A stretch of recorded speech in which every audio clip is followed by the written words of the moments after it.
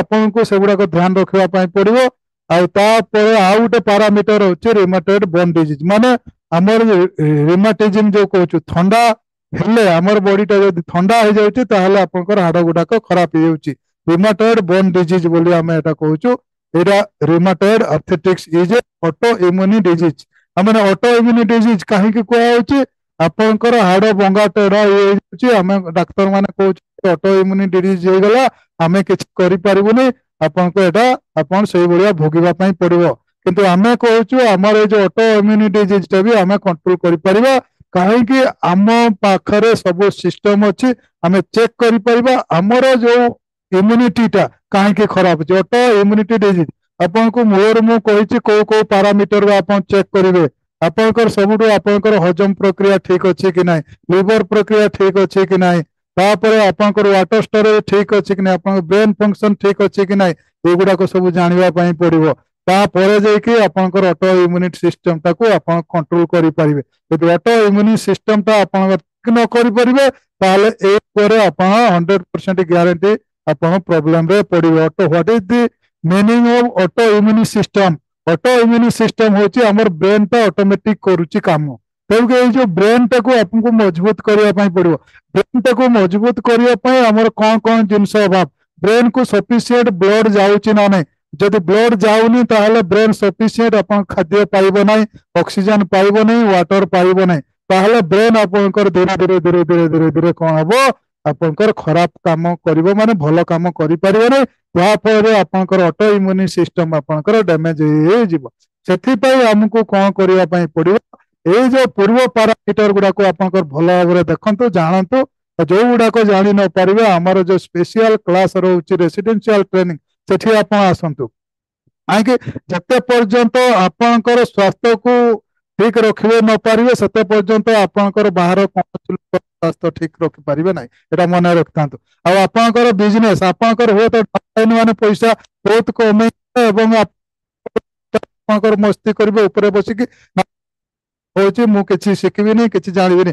କିଛି ଦିନ ଗଲା ପରେ ସେ ପିଲାମାନେ ହୁଏତ ଆପଣଙ୍କ ପାଖରେ ନଥିବେ, ଆପଣଙ୍କର ବିଜନେସ ଆପଣ ଡାଉନ ହେବ, 100% ଗ୍ୟାରେଣ୍ଟି, ଯୋଉଟାକି ଆପଣ ହଇରାଣ ହେଇଯିବେ। ସେଥିପାଇଁ ଏଠି ସମସ୍ତ ଲିଡର ମାନଙ୍କୁ ଜାଣିବା ଦରକାର ଯେ ଆମର ଯୋଉ ରୋଗଟା ଆମକୁ ହଉଛି ସେଟା କାହିଁକି ହଉଛି ଏବଂ କେମିତି ମୁଁ ଠିକ ରଖିପାରିବି, ଏଇଟା ହଉଛି ମୁଖ୍ୟ ଜିନିଷ।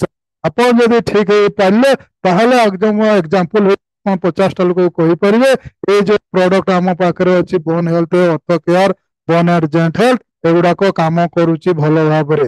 କଣ କହିପାରିବି? ଯଦି ଆପଣ ଠିକ ନାହାନ୍ତି, ଆପଣଙ୍କର ପ୍ରୋବ୍ଲେମ ଅଛି, ତାହେଲେ ଆପଣ କେବେ ବି କହିପାରିବେ। ସେଥିପାଇଁ ଆପଣଙ୍କୁ ଆପଣଙ୍କର ନିଜ ପାଇଁ ଆପଣଙ୍କୁ ଅପଗ୍ରେଡ କରନ୍ତୁ, ମାନେ ଆପଣଙ୍କର ନଲେଜ ବଢାନ୍ତୁ। ଆପଣଙ୍କର ନଲେଜ ବଢାନ୍ତୁ, ଆପଣ ସୁସ୍ଥ ରୁହନ୍ତୁ ଏବଂ ସମାଜକୁ ସୁସ୍ଥ ରଖନ୍ତୁ, ଆପଣଙ୍କର ପରିବାରକୁ ସୁସ୍ଥ ରଖନ୍ତୁ।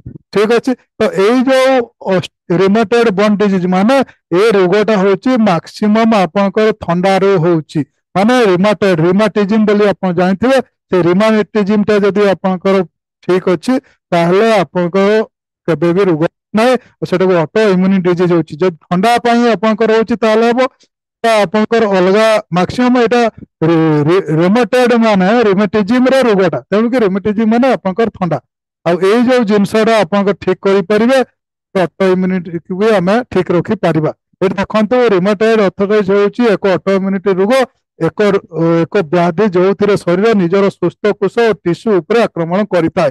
ଯେତେବେଳେ କାହାର ରିମେଟଏଡ ଆର୍ଥ୍ରାଇଟିସ୍ ହୁଏ ତାର ଗଣ୍ଠି ଚାରିପାଖରେ ଥିବା ରସ ଜଳିଯାଏ ଓ ଏନଜାଇମ ମୁକ୍ତ କରେ, ଯାହା ଆଖପାଖରେ କାର୍ଟିଲେଜ ଏବଂ ହାଡକୁ ନଷ୍ଟ କରିଦିଏ। ଯଦି ରୁମାଟଏଡ ଆର୍ଥ୍ରାଇଟିସ୍ ଅଛି, ରୋଗ ପ୍ରତିରୋଧକ ଶକ୍ତି ଭୁଲରେ ଆପଣଙ୍କର ଗଣ୍ଠି ପାଖରେ ଆଣ୍ଟିବଡି ପଠାଏ, ଯେଉଁଠାରେ ସେମାନେ ଗଣ୍ଠି ଚାରିପାଖରେ ଥିବା ଟିସ୍ୟୁ ଉପରେ ଆକ୍ରମଣ କରନ୍ତି। ଏଇଟା ହଉଛି ଠିକ କଥା।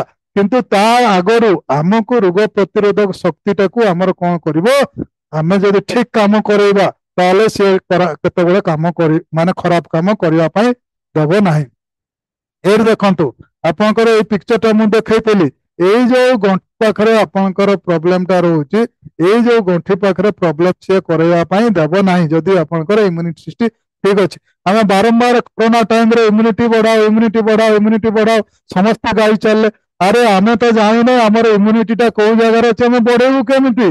जदि आपण देहर बोन ठीक नहीं ताहले आपणकर इम्यूनिटी सिस्टम रो प्रथम पाहाच आपणकर खराब अछि एटा मन रखतंतु जो हाड़ अस्थि मजा ठीक नहीं हाड़ ठीक नहीं तार प्रथम इम्यूनिटी रो प्रथम पाहाच खराब अछि तेणुकि से अलग आड़े जहाँ कले भी से मजबूती हो पार नहीं केवल क्षणस्थायी नहीं आड़ू साड़ू औषध खाई ठीक रहिबो ठीक अच्छे ये देखु ये जो रिमोटेड bone disease degree of cervical calcification degree of lumbar calcification और कोएफिशिएंट ये तीनटा पैरामीटर मीनिंग आप भल भाव जानतु आप रिमोटेड बोन डिजीज विषय में आप बुझीजे आपंकर डिग्री ऑफ सर्विकल कैल्सिफिकेशन माने आप कैल्सिफिकेशन माने सर्विकल जो आमर ये बेक पाखरे जो हाड़ अच्छी से गुड़ा calcification what is the meaning of calcium calcification दुईटा अच्छे यहाँ इम्पोर्टेंट बहुत इम्पोर्टेंट भल भाव जानतु what is the meaning of calcification calcium रु कैल्सिफिकेशन आरंभ होती जदि आपंकर बॉडी रे आपंकर कैल्शियम टा ठीक काम न करिवो ताहले कौन हबो आपंकर चारि पाखरे जाइकी आपंकर खराब करिवो जोटा कि आप कैल्सिफिकेशन तेणु कि ये जो कैल्सिफिकेशन जदि आपंकर बढ़ी बढ़ी जाउची एथि आपंकर कौन करिवे आपंकर से कैल्शियम गुड़ाक जो स्टोर होगी अच्छी से गुड़ाक हटेवा आपंकर अर्थ केयर जूस खाइबा पड़ो ता सहित वन हेल्थ किंबा आमर कैल्शियम प्लस खाइबा पड़ो यहाँ हूँ बहुत इंपोर्टेंट पाखे जब आपंकर बहुत पैसा अच्छे ताहले आपंकर कौन बोन एंड जॉइंट आप खाई पारे जोटा कि 4 MRP 4000 टंका आप लंबर कैल्सिफिक लंबर अंटा जो अंटा पाखे मुझे पिक्चर टाक देखा दूसरी आप सर्विकल देखो जी आपंकर पिक्चर अच्छी से आपंकर सर्विकल ये धीरे धीरे आपंकर हाड़ गुड़ा खराब हो हाइपरप्लासिया टाइप आपंकर से जगार बेकटा मोर बथा अच्छी इे साड़े कर डाक्तर पाक गले कौन करेंगे आपको बटिका 2-4टा देदे आ गलार गोटे एडी बड़ कपड़ा देदे बांधी गोड़े आप था से तकिया भाया आग पछ गोड़े थे हाड़ टाक हलैवाई देवेनि किंतु आम कौन करूँ आमर से हाड़ भितर जहाँ जहाँ प्रोब्लेम से करूँ आपंकर बॉडी रू ठंडा हटेब आपंकर इम्यून सिस्टम बढ़ेब आपंकर परमानेंट ये जो प्रोब्लेम टाक आम सॉल्व करदेबु ये जो प्रोब्लेम टा आम तांकर आम भितर फरक रोचे ये देखु हाड़र माने ये देखु यह बेक कांध हाड़र हाइपरप्लासिया जमा हाड़र आकार देखाए बुझीपारे तो जमा माने जमा होची जमा हो हाड़ टाक खराब कर तेणुक ये इंग्लीश बुझीपारे ओडिया स्क्रीन शॉट नहीं जातु आराम रखिए बुझे जो मैंने बुझी पार ना जो मैंने एक्चुअली काम करने अच्छा जो मैंने आप भल सुस्थ रही चाहते समाजर किसी काम करने चाहते पैसा समस्ते कमाऊँ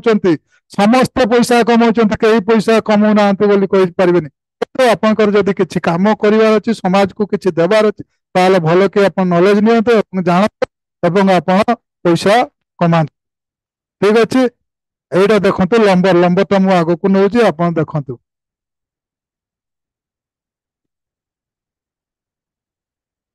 लंबर आराम रे जानी पारे लंबर माने ठीक जमी से जमी प्रोब्लेम होता ठीक से टाइप अंटार हम यह एक काठ माने काठ भाया रोचे आमर एटा हाड़टा से धीरे धीरे हाइपरप्लासिया जमा हाड़ आकार को बढ़ाए से जो आपंकर किसी खराब जिनस आसिक जॉइंट रे रोचे अंटार रोचे हाड़ रोचे मेरुदंड सब आड़े रोचे एवं ये मेरुदंड को आड़े साड़े खसी जाए आपंकर खराब है संकोचन हो जाए दबी जाए इत्यादि इत्यादि विभिन्न प्रकार समस्या देखब ये रोगटा हो गोटे आपंकर देखो यहाँ रिमोटेड रिमाटिज्म कोएफिशिएंट रिमाटिज्म मीन्स आपंकर शरीर ठंडा आपंकर शरीर ठंडा अधिक गुड़ाक हो ठंडा अच्छे आपंकर ठंडाटा कहीं होची सेटा को आप आगे देखो रिमाटिज्म विभिन्न जंत्रणादायक चिकित्सा अवस्था को बुझे था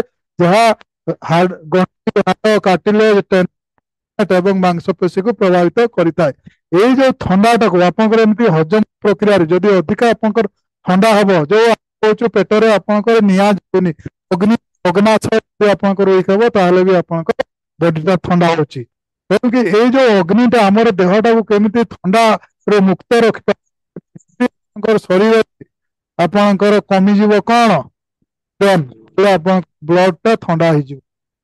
ମନେ ରଖିଥାନ୍ତୁ, ଯଦି ଆପଣଙ୍କର ଅକ୍ସିଜେନ ଟା ଠିକ ଭାବରେ କାମ କରୁନି, ଆପଣଙ୍କର ଶରୀରରେ ଅକ୍ସିଜେନ ବହୁତ ହେଇଯାଉଛି ଏବଂ ଅକ୍ସିଜେନ ବାହାରି ପାରୁନି, ଅକ୍ସିଜେନ ଆପଣଙ୍କର ସେଲ ଗୁଡାକ ବ୍ୟବହାର କରିପାରୁନାହାନ୍ତି, ତାହେଲେ 100% ଗ୍ୟାରେଣ୍ଟି ଆପଣଙ୍କୁ ଥଣ୍ଡା ଦୋଷ ହବ।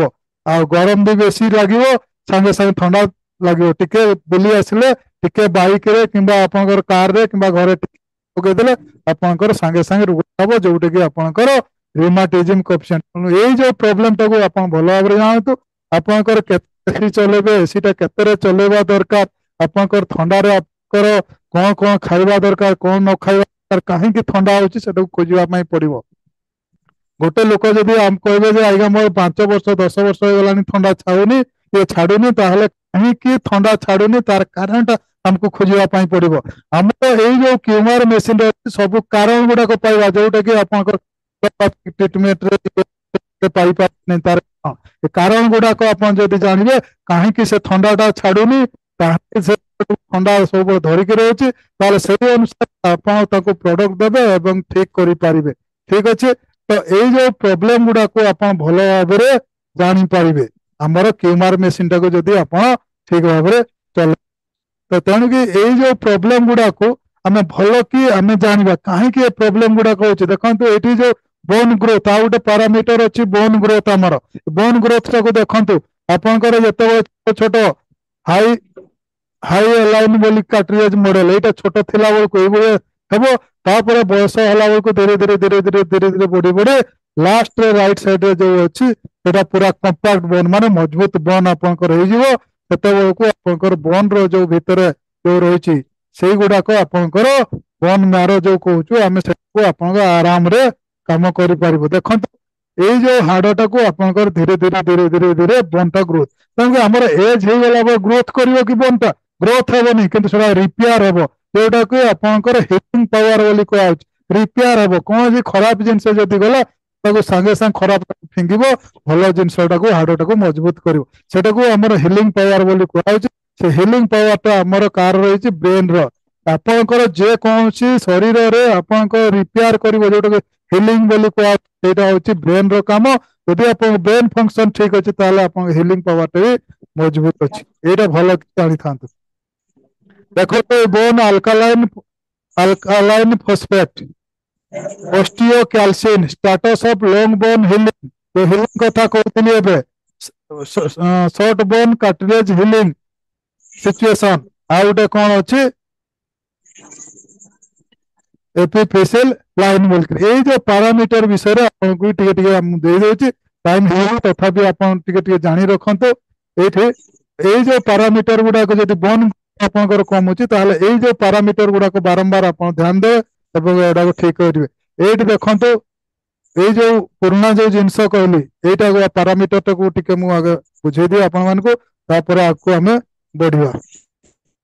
କାହିଁକି ଗୋଟେ ଆମର ଘଣ୍ଟେ ଭିତରେ ବି ଆମର ସରୁନି ଚାପ୍ଟର। ଏଇଠି ଦେଖନ୍ତୁ ଆପଣ ବୋନ ଆଲକାଲାଇନ ଫସଫେଟ, ମାନେ ଆମର ଯୋଉ ଫସଫରସ ବୋଲି ଗୋଟେ ଜିନିଷ ଅଛି, ମିନେରାଲ ରହିଛି, ସେଇଟା ହଉଛି ଆଲକାଲାଇନ ହେବା ଦରକାର, ତାହେଲେ ଯାଇକିରି ଆପଣଙ୍କର ହାଡଟା ରିପେୟାର ହେଇପାରିବ। ଅଷ୍ଟିଓ କ୍ୟାଲସିନ, ମାନେ ଆପଣଙ୍କର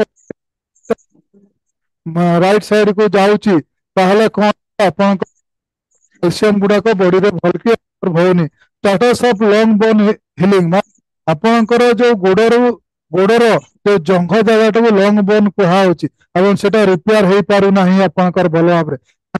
ଆପଣଙ୍କର ବୋନ ମ୍ୟାରୋ ରହୁଛି, ସର୍ଟ ବୋନ ମାନେ ଆଣ୍ଠୁ, ସେଇଟା ହଉଛି ସର୍ଟ ବୋନ। ଆଉ ଏପିଫିସିଲ ଲାଇନ ମାନେ ଆମର ଯୋଉ ଏପିଫିସିଲ ମାନେ ଦିଟା ହାଡର ମାନେ ରେ ଆପଣଙ୍କର ହାଡଟା ଠିକ ପାରାମିଟର ମାନେ ସିଧାରେ ରହୁଛି କି ନାହିଁ।